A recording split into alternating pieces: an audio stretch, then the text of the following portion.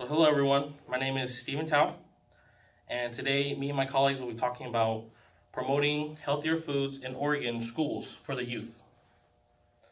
Now, modern lifestyle in America has led to an increase in food production. And with an increase in food production, the United States can produce so much food at such a fast rate that we could pretty much feed other countries as well.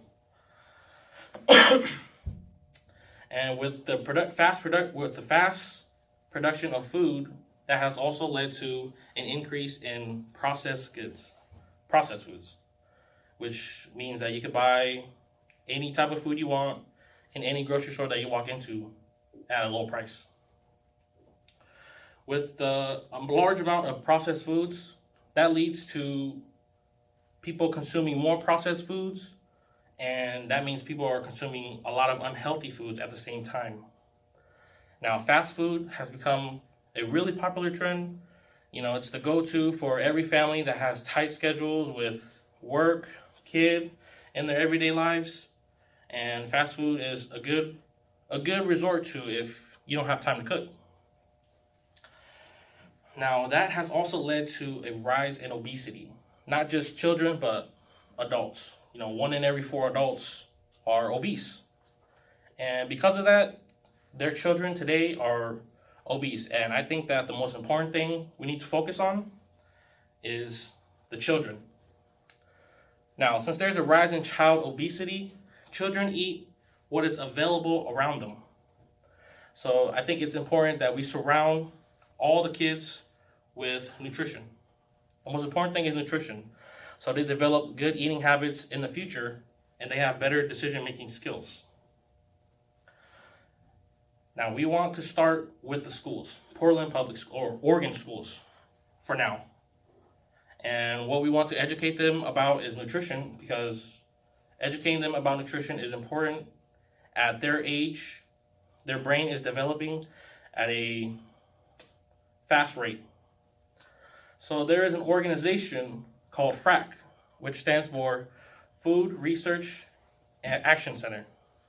It is a non-profit organization which helps stop poverty-related hunger and undernutrition in the United States. I will now like to hand the mic over to my other colleague, Isaac Kimura.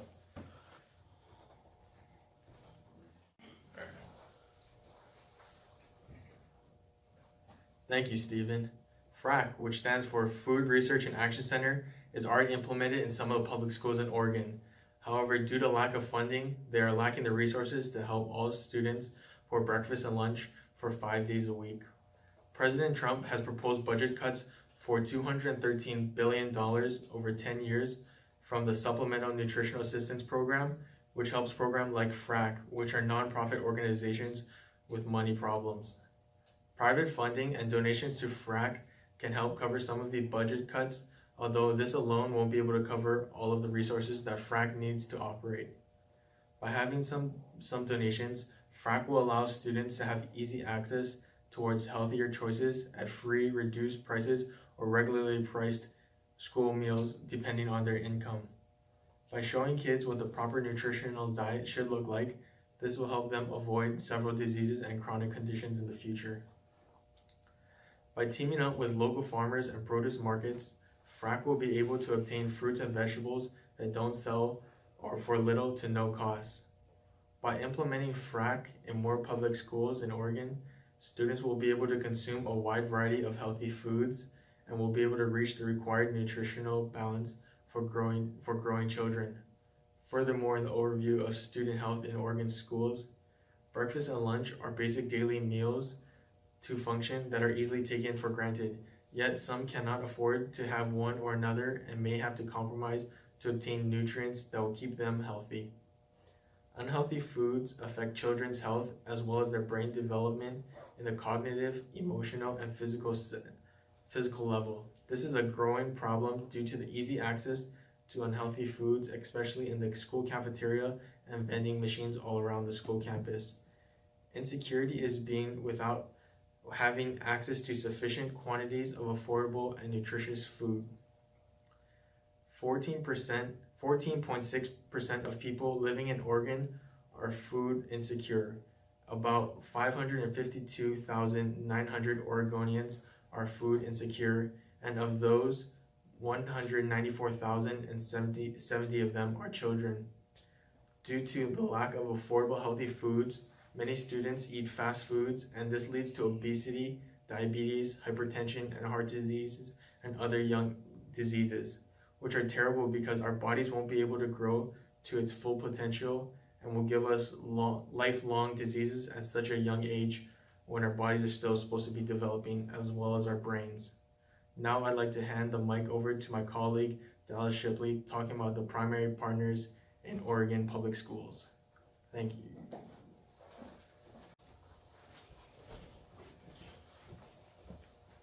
Thank you, Isaac. I'm Dallas. I'm here to talk about primary partners in improving access to healthy food. Let's Move, a project led by Obama to provide the youth with healthier choices. An estimated 49 million people, including 17 million children, lived in households that experienced hunger multiple times throughout the year. This is because these households simply cannot afford the drastic prices of healthy foods.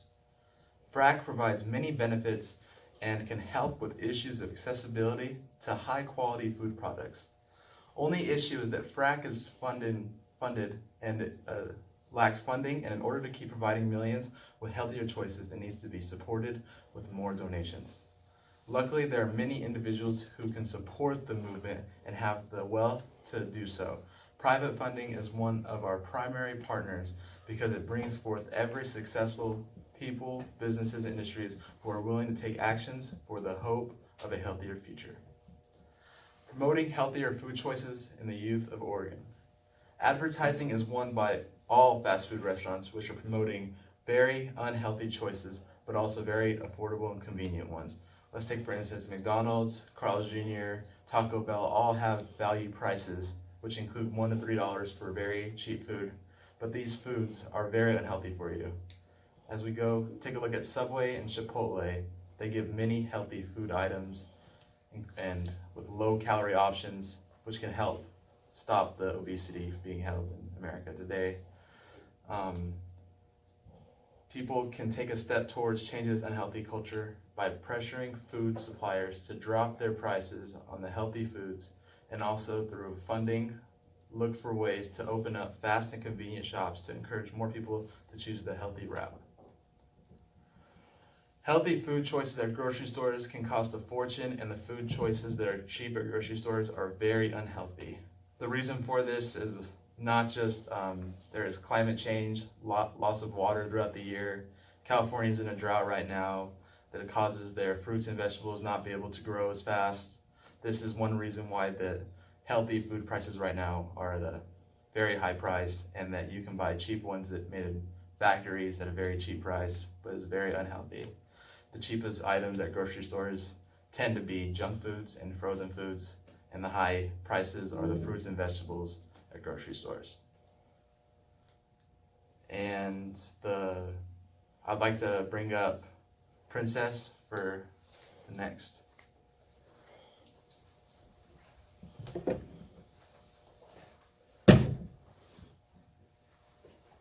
Thank you, Dallas. Why is it important to implement healthier food choices? The world produces 17% more food per person today than 30 years ago, but close to 1 billion people have difficulties to access healthier food choices. The problem is that many people in the world don't have sufficient land to grow or income to purchase enough healthy food to eat. Like low-income families have to spend up to 70% of their budget just to get fruits and vegetables. Studies also show that in rural areas, convenience stores outnumber supermarkets, and there is a limited resource on what fruits and vegetables are affordable. Many families in Oregon turn to purchasing unhealthy foods instead of healthy ones because it is much cheaper and affordable for them. But unhealthy eating and limited access to healthy food is a main source of health-related diseases, especially to children.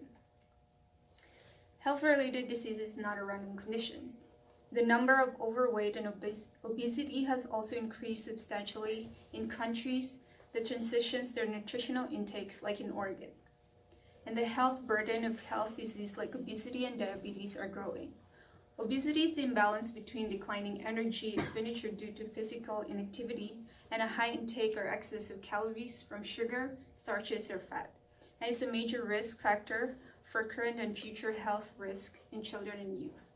Diabetes is an excess weight gain, overweight, and obesity, and consuming a high amount of sugar and healthy foods that account for escalating rates of type 2 diabetes, especially here in the US. The introduction of fast food chains and westernized dietary habits, providing meals with fast food characteristics, seems to be a marker of the increasing prevalence of obesity. The mechanisms involving are probably the supply of foods is characterized by large portion sizes with a high energy density and sugar-rich soft drinks and junk foods. There are also patterns that is characterized by low intake of vegetables and fruit and a high intake of fatty meat. According to the Oregon Public Health Division, in 2011-2012, 9.9% of Oregon children aged 10 to 17 were obese, compared to 15.7% in the US. Children are also at a great risk for psychological stress, such as behavioral problems, depression, issues in school, low self-esteem, and impaired social and emotional functioning. Processed food is much cheaper to serve than fresh foods, where the number one meal served to children in the US schools is chicken fingers and French fries. In 2009, a study shows in the Journal of the American Dietetic Association is that 94% of school lunches fail to meet the US Agriculture Department regulatory standards. This means that most food lunches that are sold or served in school cafeterias are high in fat, starches, and sugar. Unhealthy eating and physical inactivity are leading causes of death in the US. It is expensive to ignore prevention and is expensive to be unhealthy. But there are ways to prevent these health-related diseases and turn unhealthy eating habits to a healthier and happy lifestyle. Now I'm going to give the floor to Ayaka to talk more about the prevention of these diseases.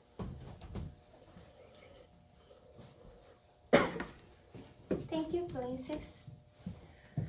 According to U.S. Department of Health and Human Services, the major health-related diseases are heart diseases and stroke and type 2 diabetes. Half of all the deaths in the United States in 2012 were caused by health-related diseases, and they are associated with our eating habits. 40% of people were related with inadequate consumption of certain food and nutrients considered vital for health living, and overconsumption of different sustenance that are most certainly not. Healthy food contains lots of nutrients, including potassium, fiber, folate, vitamin A, and vitamin C.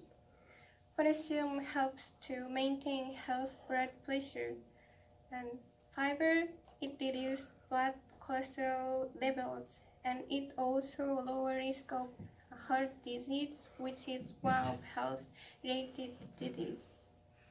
Folate helps the body form red blood cells. Vitamin A keeps our eyes and skin healthy, and also it helps to protect against infections. Vitamin C, it helps to heal cuts and wounds and keeps teeth and gums healthy. Also, it helps to absorb iron. These functions from each nutrition are important, and eating bad habits affect our body when we get older. For example, girls may not be able to give birth a baby, and it may damage our brain, and also it may decrease our physical strength and immunity. So it is important for us to build healthy body when we are young. The steps people make do not need to be big. They just need to be in the right decision. So now I will hand might do question and talk about proceed method of accessing to health food and healthy eating choices. Thank you, Yaka. So I would like to conclude with how we could make this a reality. It first starts at home. So in parenting, we could motivate our children to eat right and exercise. We can exercise 30 minutes a day, and we can make it fun for our children. Take them to the park for a walk, anything really. And to ensure that they're eating healthy, we could make them lunches so we know what they're eating, instead of the pizza and all the unhealthy choices that they are faced to have at schools. So one way we could raise awareness is through the SNAP challenge. What the SNAP challenge is is basically with $4 a day. You try to spend $4 a day, and for a week straight, and then with that money you try to eat healthy, prepare healthy meals with $4 a day for a week straight, and then after that week you post it online and show people the struggles, how difficult it really is to eat healthy with $4 a day, as opposed to how one of my colleagues, Dallas, was mentioning. You could just go to the local fast food restaurant and you can get a whole meal for $4, breakfast, lunch, and dinner for $4, as opposed to when you're trying to eat healthy and you only got $4 in your pocket, you can't really go anywhere. You can't even get a Subway really. So that's the first major issue that we need to change and make healthy choices affordable. So with this thing, with the SNAP challenge, we could tag people that will make it raise awareness. For example, the president or our governors, and make this problem evident. Make people know that this is a problem, this is an issue, and this is what's causing obesity in our country. One way schools can help this issue is providing students the opportunity with an after-school program to be able to take their parents and teach them how to cook healthy meals and provide them with the foods to do so.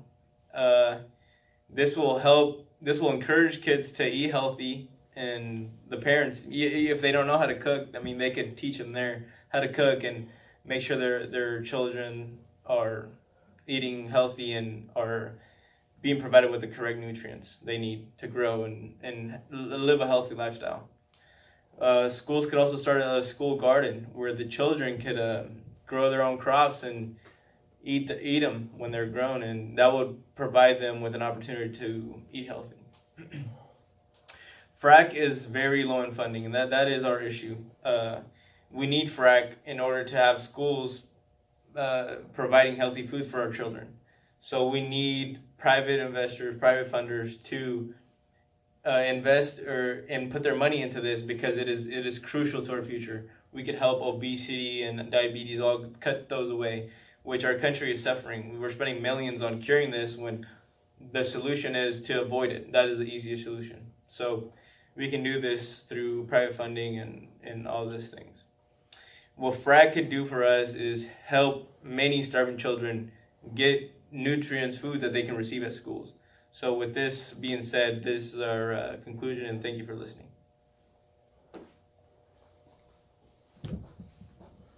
Boo. All right, we good. Yay.